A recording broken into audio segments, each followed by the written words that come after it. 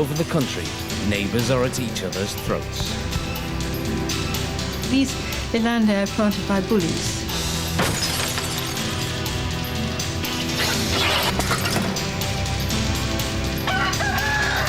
The smallest of disputes can grow into all-out war. I beg your pardon. I beg your pardon. I wasted it.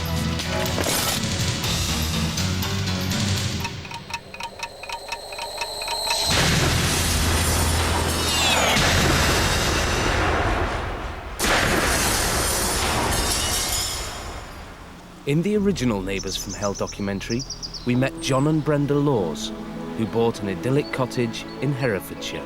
We'd been looking for a house for something like a year and a half, and nothing had struck us as this cottage did. That was the agent's photograph, wasn't it? Which attracted us at first.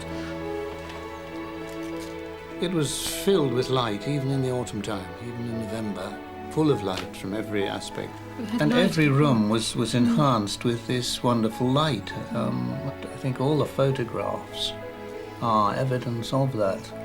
Well, because the sun moves all the way round the house, each window had its own special light. Looking at the pictures now, it's very difficult to remember how it was. Indescribably sad. And as we say so frequently to one another, so unnecessary.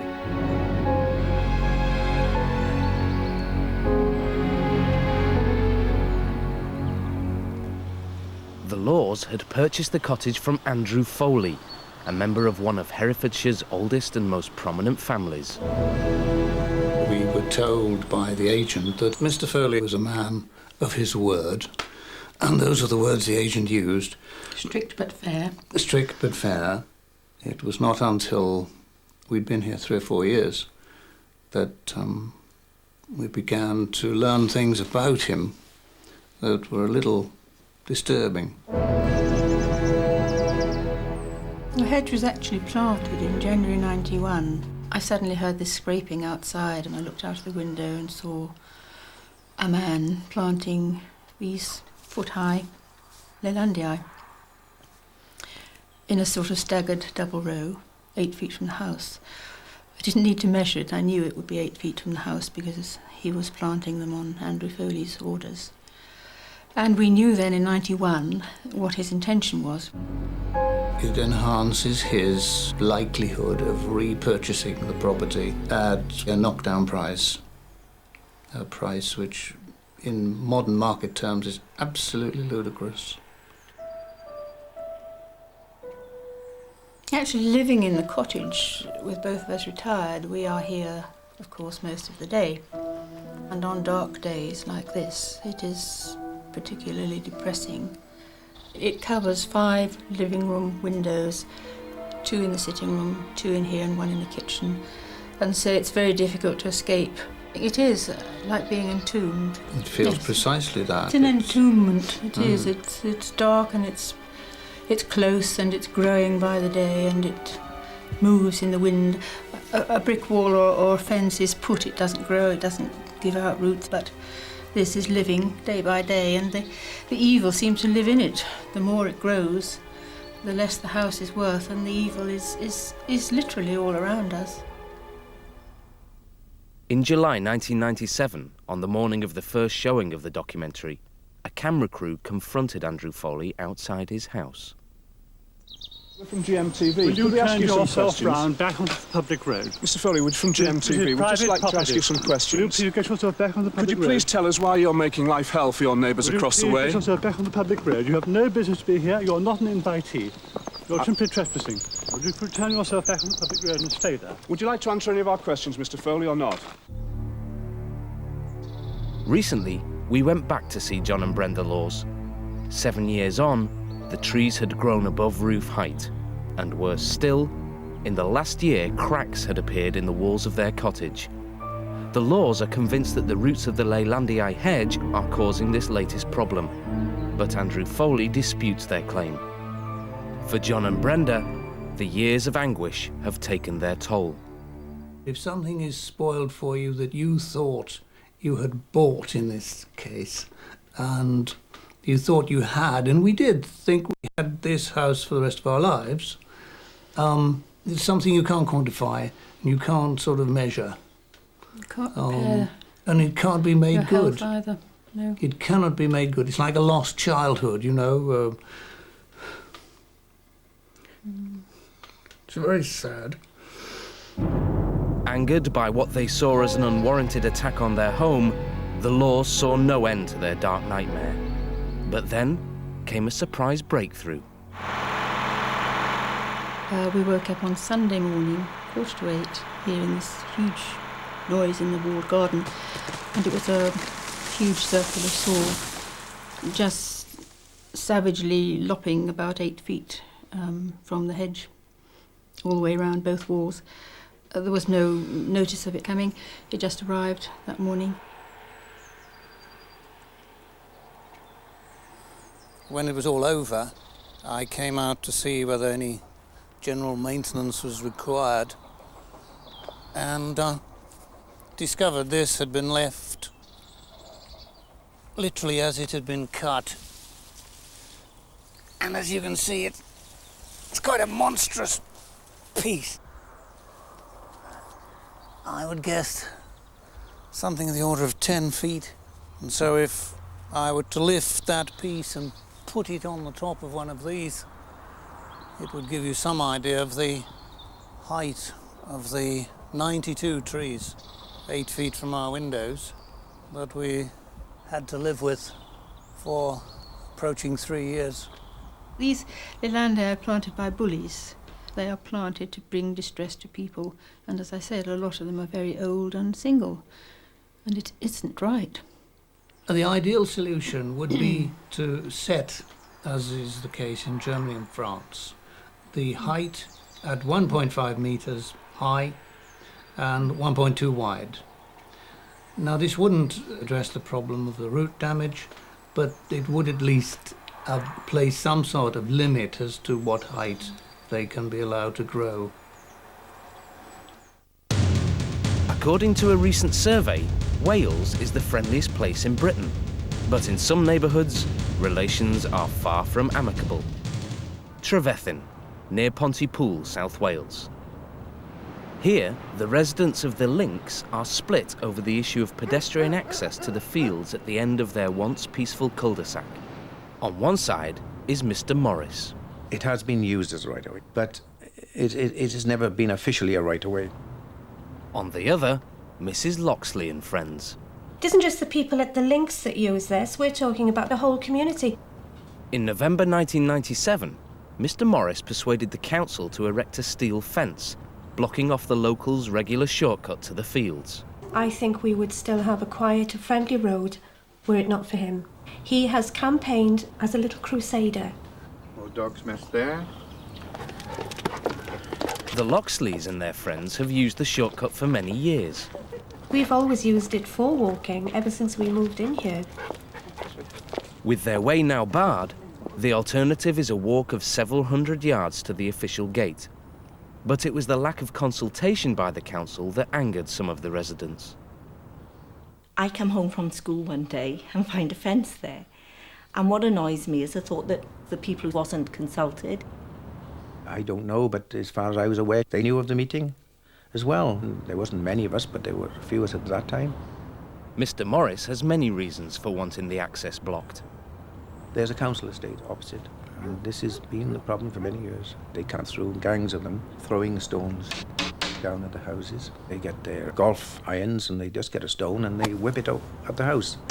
Which also had eggs thrown at the house, apples thrown at the windows. Like I say, generally it's been a problem of vandalism. And a lot of boys playing football and a lot of swearing as well. Terrible amount of swearing, effing and blinding.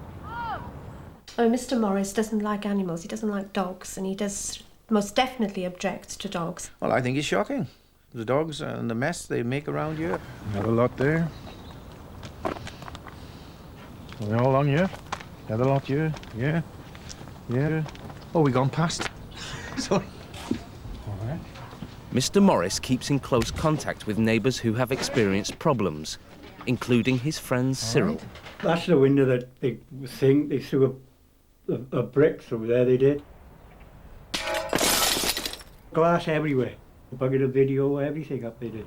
The time I heard it and all, they're gone, you know.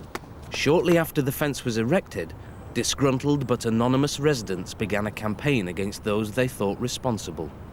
After the fence was put up, there was a sign put on the gate. I think it was. If anyone had any objection, contact the people below. And the people Mr. Morris and his associates were named on the bottom. I mean, this was on the fence. Please vent your feelings to one of the following people. Of course, I'm number 1 on the top, Mr. John Morris. As Mr. Morris became the focus of a personal vendetta, he discovered an effigy complete with thorns placed against his garage door. This is another silly thing hanging on my garage door. It's a Swede with, as you can see, eyes cut out of it. Another grey hair again on the top of it. I think they are more or less pointing out to me with grey hair. He also began to receive some unusual mail. Look here. This is the type of correspondence which I've been receiving. Correction of protruding years. Operation on both years, 1,850, or 1 year only, £1,100. Oh, there's another one from a chairlift to get out of a bath. Adjustable bed for comfort. What's this? This is, a wheelchair. Well, this was arriving generally on average 3 or 4 a day for a period of about 3 weeks. There were big clumps of dog shit put right in front of my garage. I got to it in the end, I had to keep a shovel in the garage. Who's sending all this stuff through? Who's tipping dog's shit all in front of my garage? It's only happened since the fence was up. So you could choose between 1 and 100 who would send him junk mail or who would make effigies of him. With the dispute in danger of escalating, Mr. Morris and Mrs. Loxley agreed to hold a peace conference. Well, I hope we can end this battle now, Mrs. Loxley. I doubt it, John. I very much doubt it. Why? You started it, and you think that's the end of it. I'm not stopping you going in there, Mrs. Loxley. If you want to go in there, Stupid man! What do you think I'm going to do? Vote the fence? No, please. I've all these stones coming, right? I had one come right through the window, right? No. Well, it didn't hit you hard enough, did No, it? but I mean, that's silly to talk like that. I know you were a cat, and you carried that poor devil around the road dead in his shopping bag for God knows how long. I was very upset about that cat. Yeah, you We wasted £500 worth of taxpayers' money on this. Right, and now it's been beg your cut down. pardon? Now it's been cut down. I beg your pardon. I wasted it. Well, Who wanted that put there? Who campaigned? Who canvassed for that bloody fence? You but did. now listen, Mrs. Loxley. No, don't you listen and point your finger at me. You did. You're a little liar. All I have you done- are a little all I have bare-faced- done is No. You're a bare-faced liar. This road is public. It's not. It's private. Oh, no. It's a private road. Oh, no. Look, you're trying to make me look a daft dull bugger, but I'm not. John, I don't need to do that. Look here. You can do it yourself. Oh. Unlike their cul-de-sac, this dispute seems endless. Maybe whatever happens now, just leave it to the powers that be. That's all I can say, you know. In part 2, living in fear. I just thought, well, this is what death is going to be.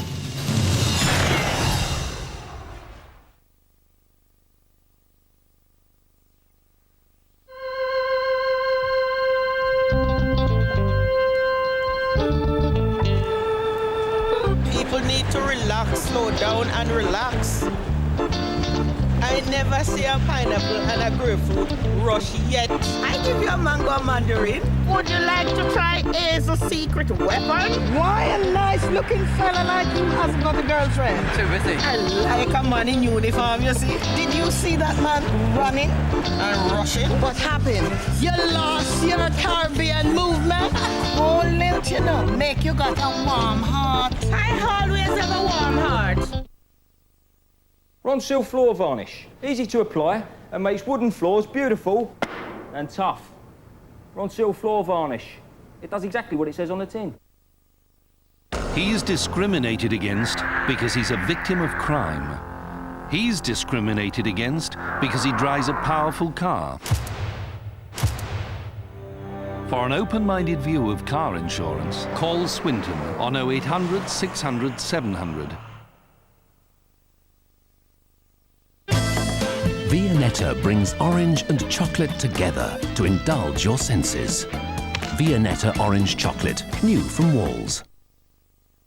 I'm just a simple, complicated woman. Contradiction, a new fragrance for a woman from Calvin Klein. Mud, kids, and white shirts don't really go together. Go on then. But when you've got Fairy on your side, you needn't worry about their clothes getting grubby, because Fairy's unique non-biological cleaning system loosens everyday dirt and lifts it clean away, leaving your clothes not just fairly white, but fairy white, and soft too. Not before school, you don't. Fairy, not just fairly white, but fairy white. The usual, Jack. And a bit of the unusual as well. The unusual? Aye, the cracking taste of Dubliner, a great cheese from Kerrygold.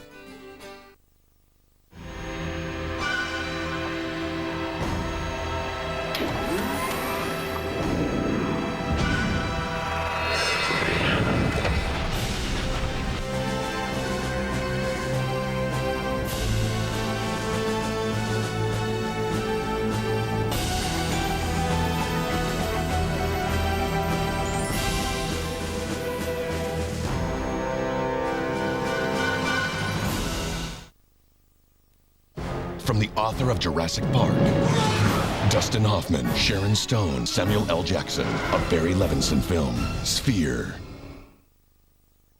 Ferrero Rocher, a taste, sensation, rich, luxurious, unique. Ferrero Rocher, show your good taste at Easter.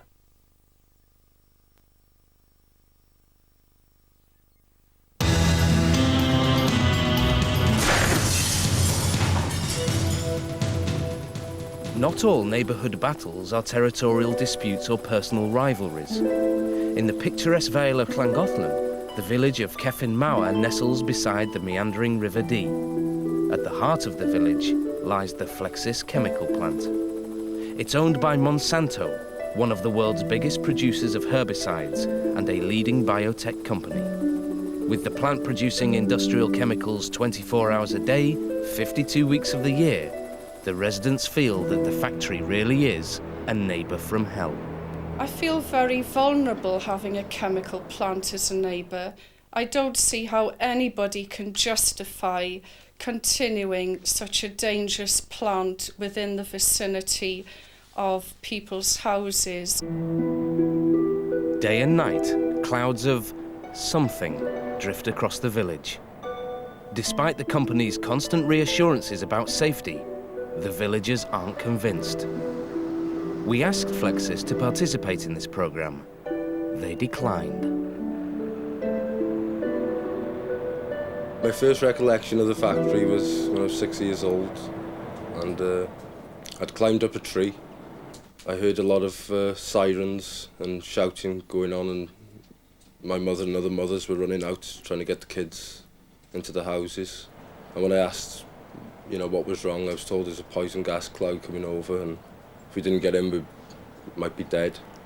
And it had a great impact on me, it really did scare me. And it's lived with me ever since, really. Every time I hear the siren, I remember that incident, or parts of it. I think that it could happen for real one day, soon. For many, life in Cefn Mawr isn't pleasant. Hoping to hold the smelly vapour at bay, most residents keep their windows shut all year round. Flexis are aware of their role in the community. Every year, they distribute a calendar to the residents of Cefn Mawr. As part of the SEMA regulations, which is the control of major industrial accident hazards, Flexis are obliged to send us safety information of what to do in the event of an accident. And as you can see, that's put on the back of the calendar. And it tells you to go to a safe place, close all your windows and doors, go to a room furthest away from the plant. If you see anybody else passing by, please take them into your home. And don't choose a room where a ventilated fire is burning. So if we have an accident, we really ought to hope it's in the summer. Where even when you've followed all those precautions, you still can't keep the gas out of your home. It still comes in underneath doors, tiny gaps. You still end up with a house full of gas. You can't escape it. The company has also given out unofficial advice over the phone. They tell you to drape damp towels over your head. So in your own home, you're supposed to be walking around with a damp towel on your head so that you're not actually going to be gassed immediately. Siren goes, you drape a damp towel over your head, You sit by a wall, having made sure the windows are shut, and you stay huddled by this wall, looking a complete idiot, full of panic and fear, until the siren stops, or you're dead, whichever happens first. The Flexis plant is deemed so dangerous it has been designated one of Britain's highest level SEMA sites. In an emergency, the local authority must activate a plan of action involving local hospitals and all emergency services.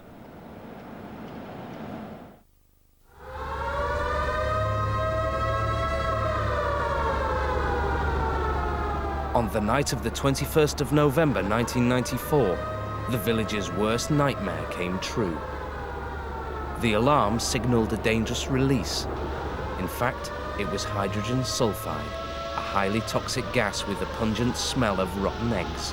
On the 1994 cloudburst instance, I was at a local fuel station with my vehicle when I heard at around about midnight, thereabouts, the rise and fall siren. I sped back towards the village, drove my car through the gas because the car was completely permeated within, and I chokingly drove the car onto the rest of the distance to my home. The following day, the damage I noticed on my vehicle was that in actual fact the wraparound front fender had bleached white.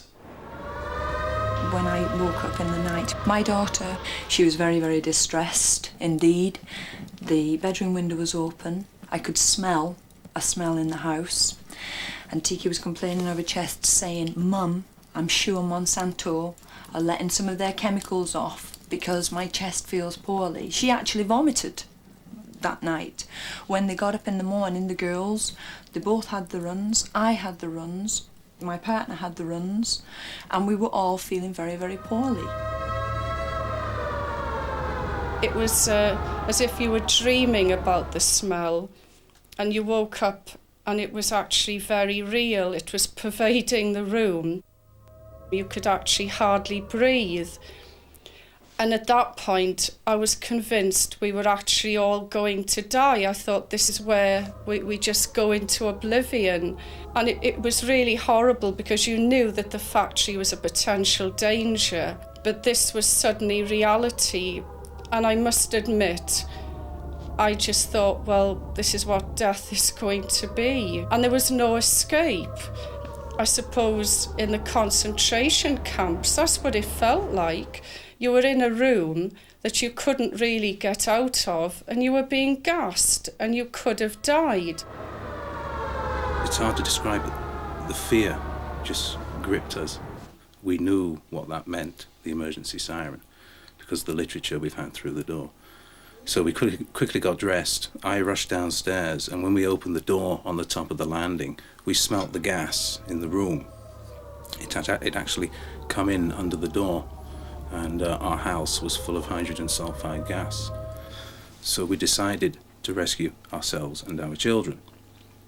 And at the same time, Harold next door, who lives in the next room, we look after Janet's granddad, came into the room, and we asked him if he wanted to come with us. And he actually said to us, "No, don't come, I've had my life, take the children." And looking back on that particular phrase, what right had that factory? What right had the factory to put us in that position for the old man in the room next door to have said, "Go, I've had my life"? We're nothing to do with that factory. Take Jamie, yeah. We're nothing to do with that factory. We have a right to live without fear. We have the right to live in our homes in utter and total safety. Today, a cloud of despondency hangs over Kefin Mawr, and many residents think they know why. 20 years ago, Kefin Mawr was a real place to be. Whatever you wanted, you could get in Kefin Mawr. No one particularly wants to buy houses here because of the proximity of the factory. We can't move away because nobody wants to move here. Today, If you walk through Kevnmar, it is an absolute ghost town. It is a dying town. There is nothing here, no future. The council don't encourage resettlement in the area. There is a ban on building or extensions within a half-mile radius, so anyone buying a house or considering buying a house will know that there are serious limitations on what can actually be done to their property. So people are not anxious to settle within this community, and that's a major reason why it's declining. Building a fence along the whole length of one side of their plant, the company seems keen to keep out the neighbours. On the aspect of neighbours and neighbourhood, this piece of fence to me always is the epitome of exactly what they really do mean when they say they're part of the community and that they feel that they want to belong as a neighbour in the community, as a good neighbour. I don't see that fence as being a good neighbour. It's a very, if you like, well past its serviceable date fence line. And that, to me, speaks volumes of what that company's mentality is whilst in this community. A profit-making organisation has no right to strike the fear of God into me and my children. They have no right to assault my children with their gas. And any parent who loves their child would do anything to protect their children. And if something or somebody comes and assaults their children, they do not forgive. They do not forget.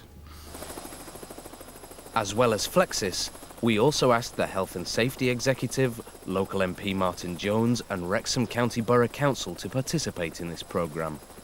They all declined. Since the leak of 1994, there has been another major incident at the plant.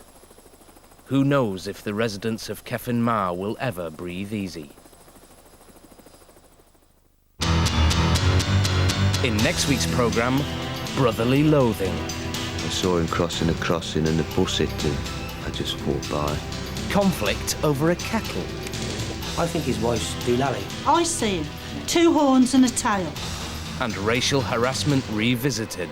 They've destroyed everything that is good in me.